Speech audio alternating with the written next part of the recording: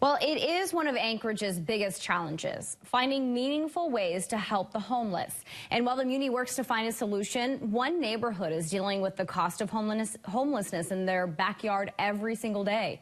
KTVA 11's Cassie Sherm got to see the issue firsthand. Hi, Cassie. Thanks, Megan. So I took a walk with 4 people. They live along the Chester Creek Park. And in just the first 3 blocks, we saw more than 20 camps, some just a few steps away from their homes. Now neighbors are saying it's a problem that needs to be fixed fast. This is not a new problem. It's a crisis where we live. 4 people in our backyards. Living in the same neighborhood, dealing with the same problem. You'd be amazed at what you see when we walk back here. Taking over what they say is their lives. So what they're doing is they're using our neighborhood, and it's literally our backyard, as an unofficial camping area. A beautiful backyard with something to hide. There's sewage on the ground, and there's needles, and there's all the trash, and it's a health hazard for them, and it's a health hazard for us, and it's illegal.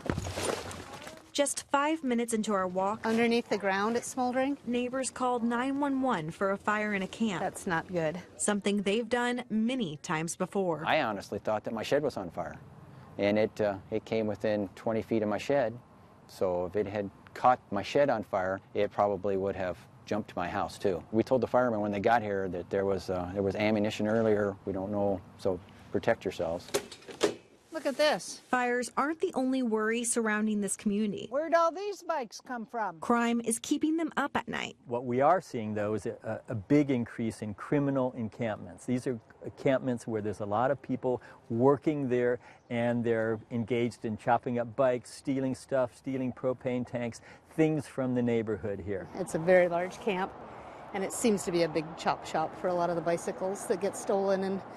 And this one, it still remains. It's been here, gosh, at least 6 months, probably a lot longer. The neighborhood now is taking things into their own hands. Hey, folks, someone sleeping right there? Man, this is a park. It's not a place to sleep. We're going to report it, and I suggest that you head out pretty soon. Get out of here. There's been a tremendous growth in these camps here in the last 5, 6, 7, 8 years. There's no question. And now some say is the time the city needs to do something. You know, we have to get beyond our horror stories because everybody has one. We have to get beyond sharing these ridiculous situations, and we have to move into action. We've done one sweep through the entire trail, Chester Creek Trail area. However, camps do move around, so even when one process has been completed, then you come back and new ones may have moved in. Nancy Burke, the city housing and homeless coordinator, says Chester Creek Park has been a big focus this summer. We are getting there. It is something of a resource question. We don't have enough resources to address every camp in every location, and yet we're trying to make the best use and the most effective use of the resources we do have. It's scary. Yeah. After years of fearing for their safety, being on edge 24/7, and cleaning up after the uninvited guests to their neighborhood, you would think these neighbors would want this problem to just go away. We have compassion. And you'd be wrong. When did it become okay to just say they can live in their own filth and that's okay? They deserve better than that, and we deserve better than that too. And we need to be better at fixing this situation.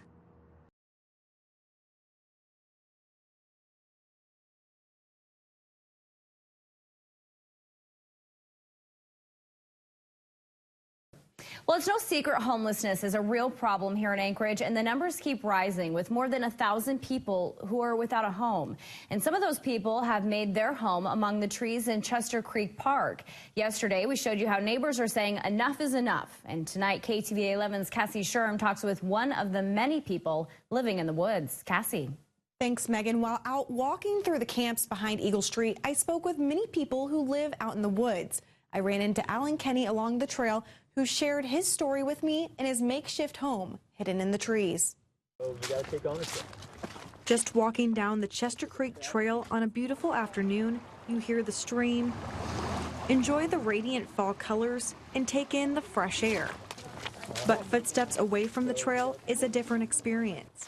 Trash on the ground and a stench from makeshift bathrooms in the woods. Dealing with life on life's terms sometimes isn't always pretty. Scattered in between tents that some people call home. We're not out here because we want to be. We're out here because of situations and circumstances, put us here. I think everybody's life is tested some way, somehow. Alan Kinney says he fell into hard times last year, losing his home and job. I have no felonies, no misdemeanors, no traffic, no nothing. Things just like a snowball at the top of a mountain. It just got bigger and badder things happen. You try to put one thing together and something else falls apart. Now he and his wife are living in a tent in the heart of Chester Creek Park. It's hard, like we had a moose walk through. Mooses don't understand. So we get out the way. Down the trail, Kenny takes us to a place he now calls home. I know it looks real bad, but this is where our garbage is. We take the garbage and we take it out to the streets. I was going to put a hot water heater up. Our clothing and kitchen and areas, we just grabbed up all that we could, and this is it. This is my house. It's my igloo. And we put this over the top of it, tried to save what we could. What has it been like living out here since December? Cold, unforgiving. Your animal instincts kick in immediately. Kenny says even though life's rough in the woods and illegal to camp, he would rather sleep outside than in the shelters. It's very crowded, and you have a lot of different personalities in the shelters. You might not know if somebody's going through alcoholic withdrawals or drug withdrawals. These are things that I'm not used to dealing with. Hidden in the trees, Kenny says it's a constant battle of trying to survive and obeying the law while being moved from one spot to the next. It doesn't matter what you feel like. You obey the law. The law says you got to go, you got to go. It may not be here. You might have to move further down. Kenny has seen firsthand some of the crime in the homeless communities, including the so-called chop shops where stolen bikes end up. This is a bad name. The chop shops, they do exist. It's bad for the community. And yeah, even though I'm on bad times, and yes, I could probably use a couple of really good high-end bikes, but I refuse. Did you ever think that this could happen to you? No. No. Not in a million years. No. No. Never. As the leaves start to fall, Kenny knows he doesn't have long to get out of this situation before the first snow hits. There is housing. And it's out there. And I'm going to find it. And I'm going to get in it. And then once I do, this will be a chapter in my book that I will remember forever.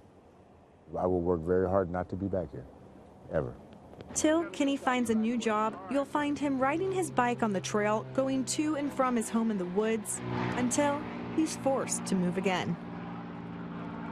Now tomorrow, the city of Anchorage will be announcing their 3-year plan to address homelessness and how they plan to bring more housing to the city. We're going to have more on that on KTVA at 5, 6, and 10 tomorrow. All right, Cassie, it'll be interesting to see what is in that plan tomorrow.